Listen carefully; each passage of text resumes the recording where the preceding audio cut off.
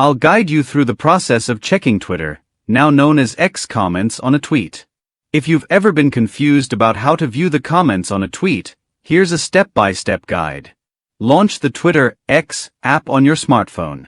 Find the tweet you're interested in.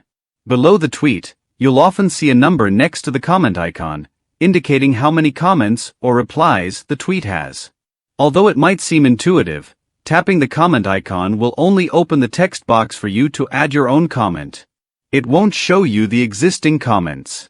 To view the comments, tap directly on the tweet's text area, but not on any links, hashtags, or the profile name. This will open the tweet in a new window, displaying the full tweet and all related comments. Once the tweet is open in its own window, scroll down to see the comments. You'll see the most relevant replies by default, but you can also choose to view the most recent or most liked replies. You can dive deeper by tapping on any of the comments to see sub-replies. This allows you to follow the conversation thread in more detail.